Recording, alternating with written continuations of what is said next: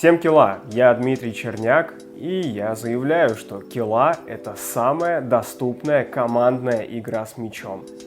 Совершенно неважно, насколько развита спортивная инфраструктура в вашем городе. Для того, чтобы играть в киллу, вам нужна всего лишь более-менее ровная площадка. При этом никаких ворот, специальных углублений или инвентаря или оборудования вам не нужно. Просто площадка и мяч для киллы. Если по какой-либо причине у вас нет возможности приобрести мяч для киллы, вы сможете сделать его своими руками. А как? Сейчас я вас научу. Но для того, чтобы мы разговаривали с вами на одном языке, я расскажу, как называются составные части мяча для киллы.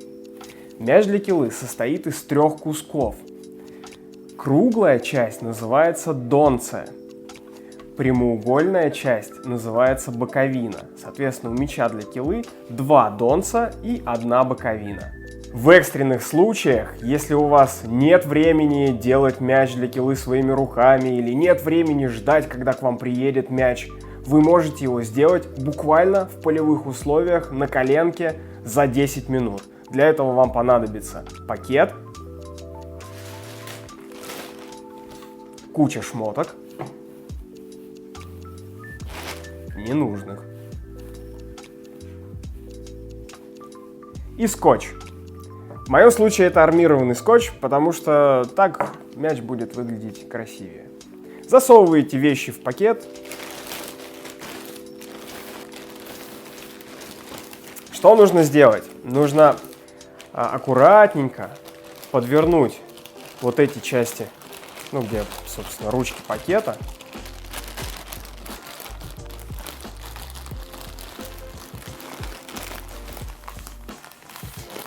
Все, и начинаете скотчем формировать что-то более-менее похожее на мяч. Почему это в принципе сгодится? Потому что на самом деле в килле нету каких-то специальных требований к мячу, чтобы он был максимально округлой формы, чтобы он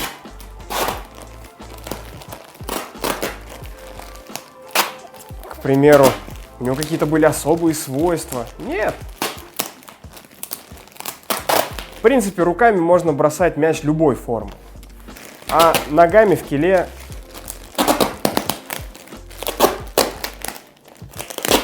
можно играть минимальное количество времени, если не ронять мяч. Так. Дальше. Отрезаем вот это дело. Здесь более-менее сформировали. Теперь начинаем идти наискосок, от угла к углу.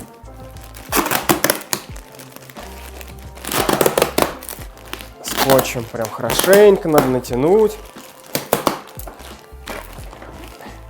И все, начинаете, в общем, звездочку такую формировать, снежинку.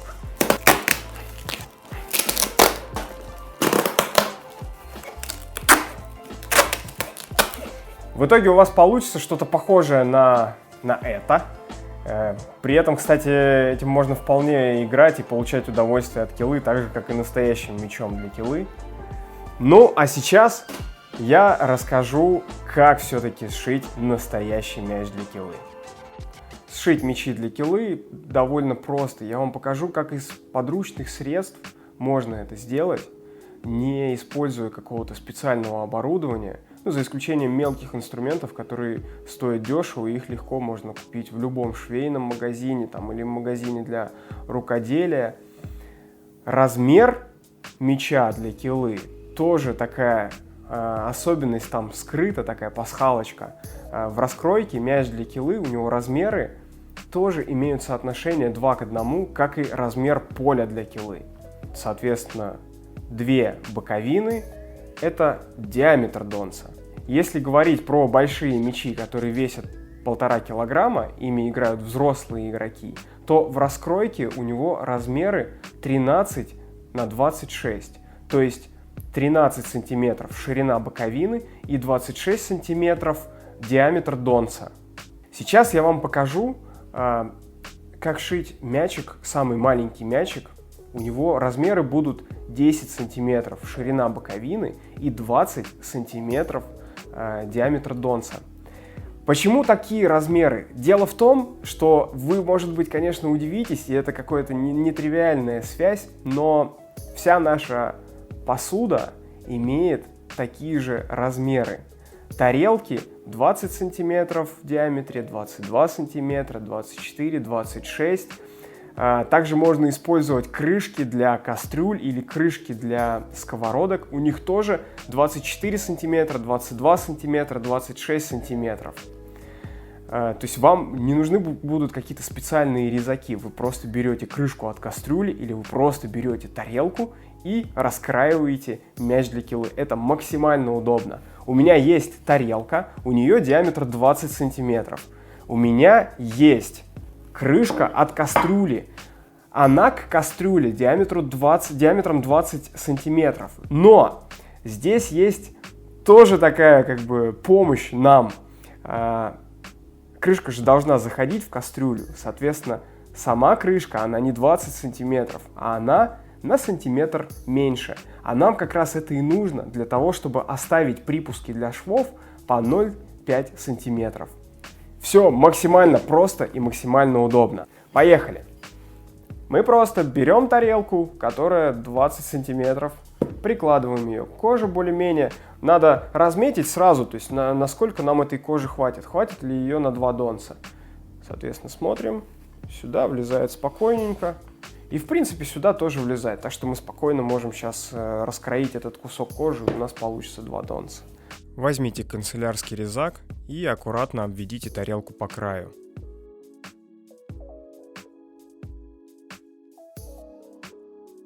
Повторите то же самое еще раз.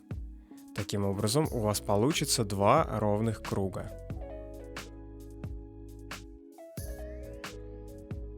Как я уже сказал ранее, ширина боковины равна радиусу донца. У нас радиус донца 10 сантиметров. Ширина боковины 10 сантиметров, а вот длина боковины высчитывается просто по формуле 2πr. То есть длина будет равна 2πr, где π это 3,14, а r это 10 сантиметров. Умножаем, получается чуть меньше 70 сантиметров. Я люблю ровные, круглые числа, поэтому я буду отрезать 70 сантиметров. Как раз я возьму для себя еще дополнительный размер на швы, на финальный шов. Здесь на помощь придет рулетка или большая метровая линейка. Начертите прямоугольник и портновскими ножницами вырежьте его.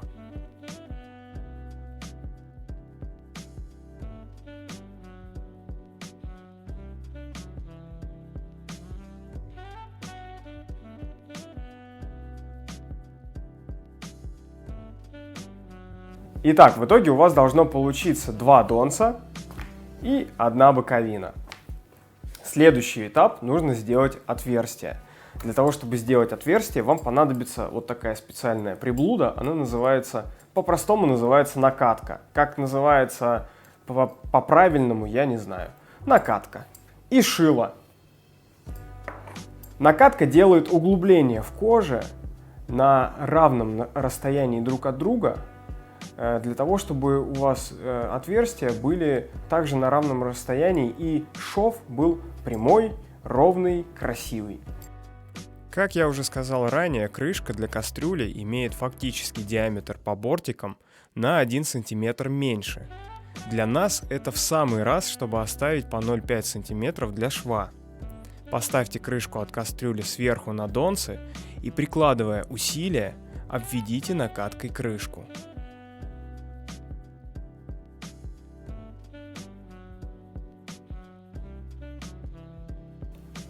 Вот, получились вот такие вот углубления. И теперь берем шило. Мне удобно делать это на весу. Можно придумать пробковую подложку, чтобы в пробку втыкалось шило. Но я на весу привык, и мне, в принципе, на весу удобно. Я беру шило вот таким вот образом, натягиваю кожу.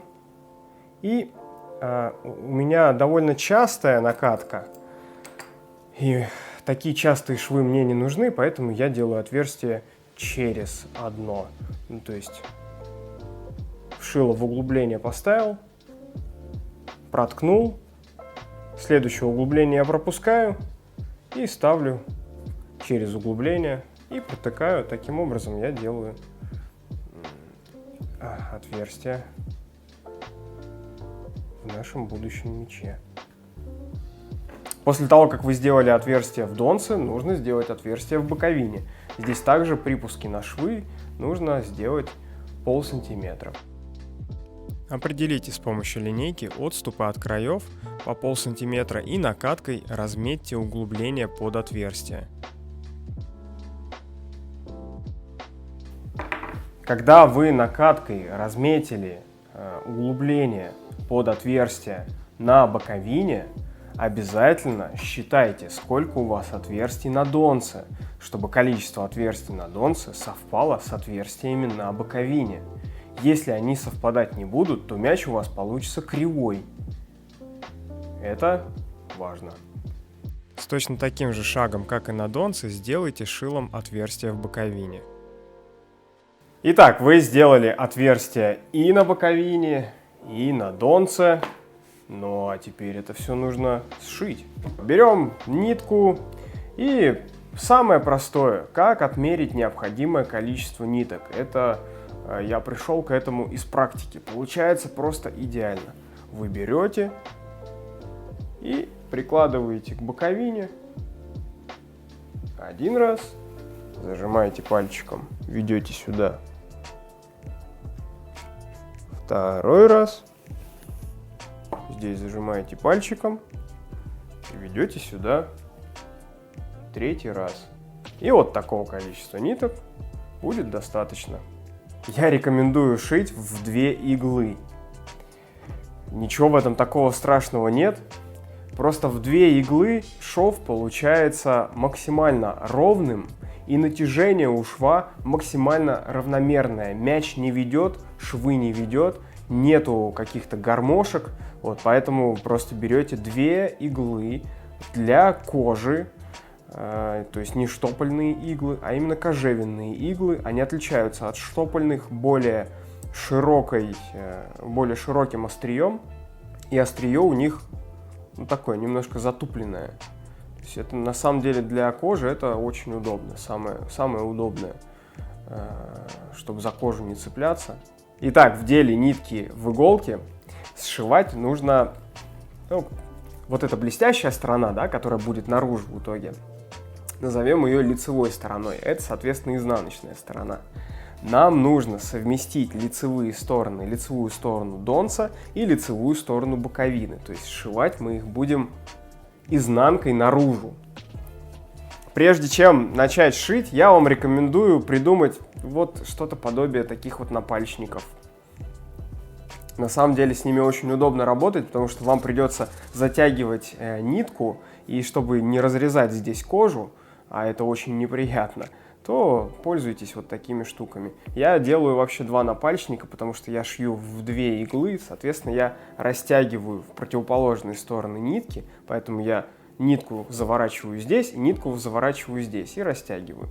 И еще удобно опереть иголку прямо в напальчник и продевать в отверстие. Самый первый стежок. Кстати говоря, если тяжело идет иголка, то пользуйтесь обычными пассатижи. То есть мы берем, соответственно, наши донцы. Напоминаю, что сшиваем мы их сейчас лицевыми сторонами внутрь, изнанкой наружу.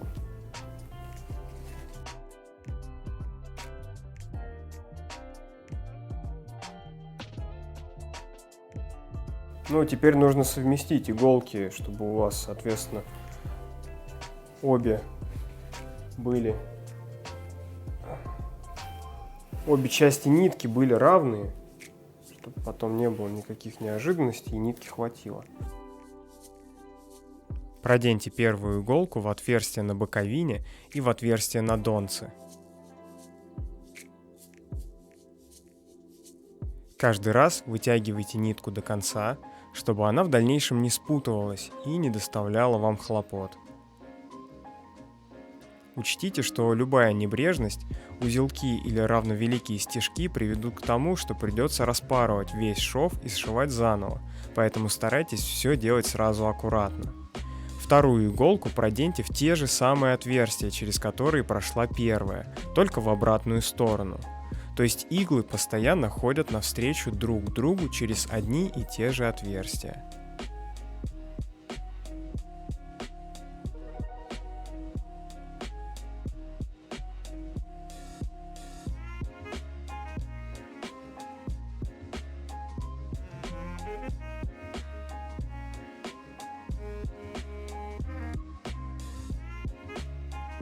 Затяните нитки, но без излишнего усилия, чтобы кожа не собиралась в гармошку.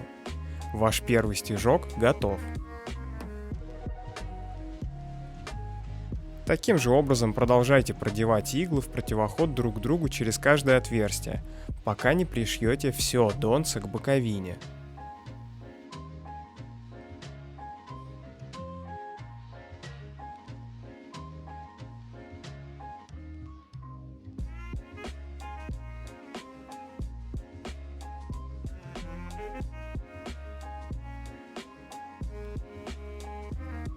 Второе донце пришиваете точно так же. В итоге у вас должно получиться что-то похожее на это. То есть вы пришиваете два донца к боковине. Это изнаночная сторона. Теперь мяч нужно вывернуть наружу, чтобы начать его набивать.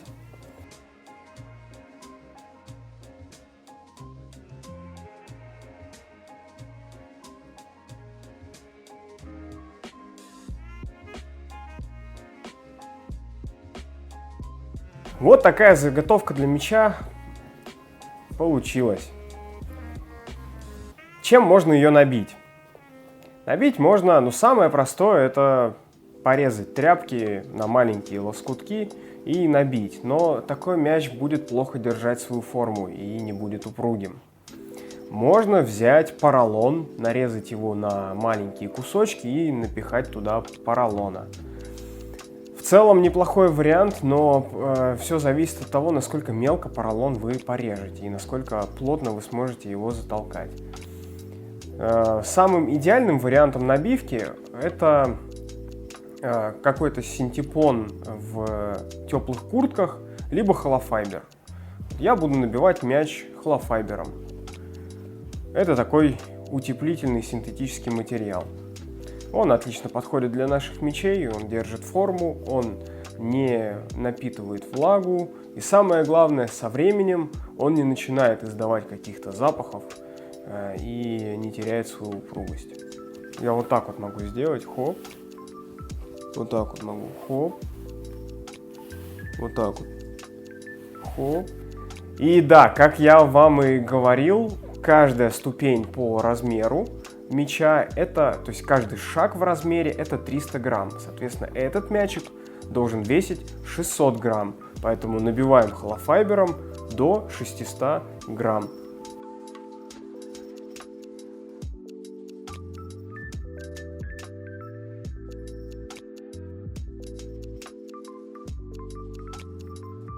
Ну что ж, у вас получится вот такой вот классный мячик. Давайте проверим, сколько он весит. —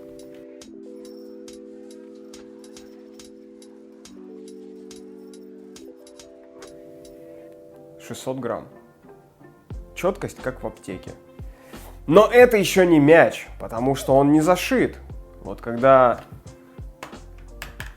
он будет зашит, тогда он и станет мячом. Итак, сейчас я вам объясню и покажу, как делать скрытый шов, который применяется как финальный шов в мячах для килы. Также отмеряем 3 расстояния ниткой. Можно немножко еще для большей уверенности.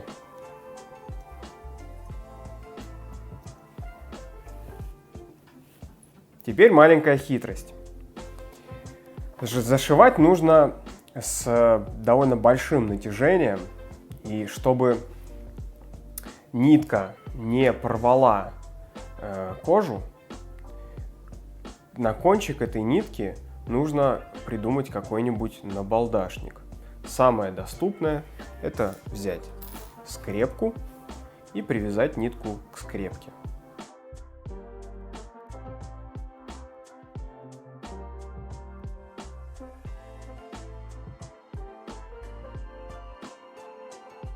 Достаем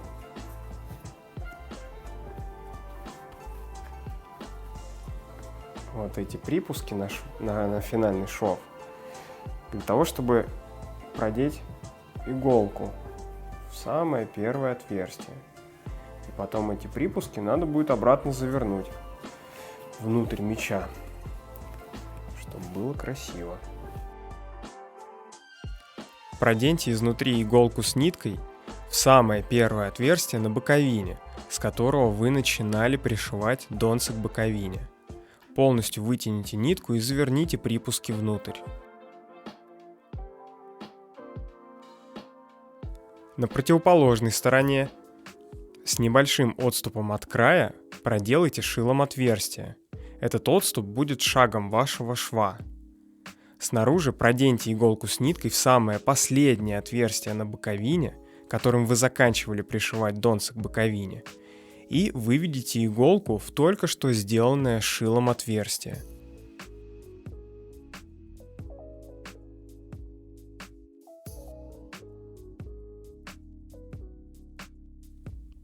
Далее иголка с ниткой пойдет змейкой.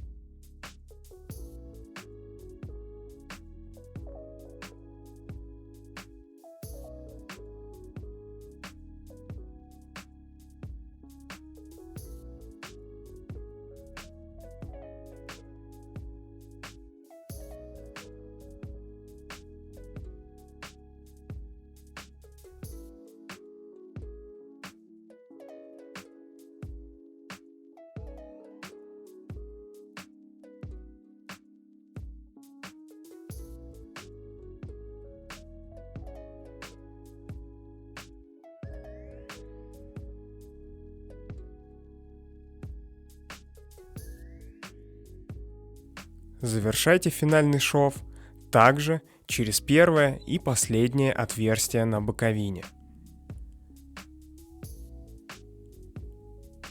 Хорошенько натяните нитку, чтобы шов получился ровным и крепким. В конце сделайте узел.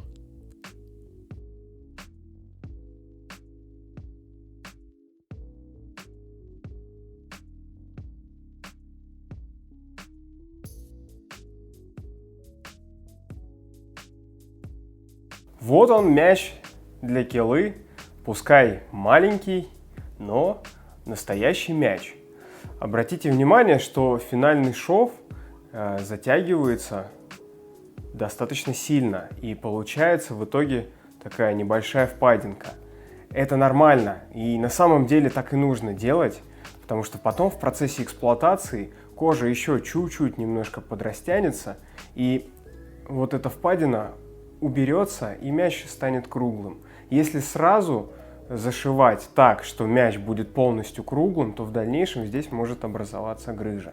Ну что ж, теперь вы знаете, как сшить мяч для килы своими руками, и для вас больше нет ни одной преграды, чтобы начать играть в килу. Так что играйте в килу и будьте здоровы!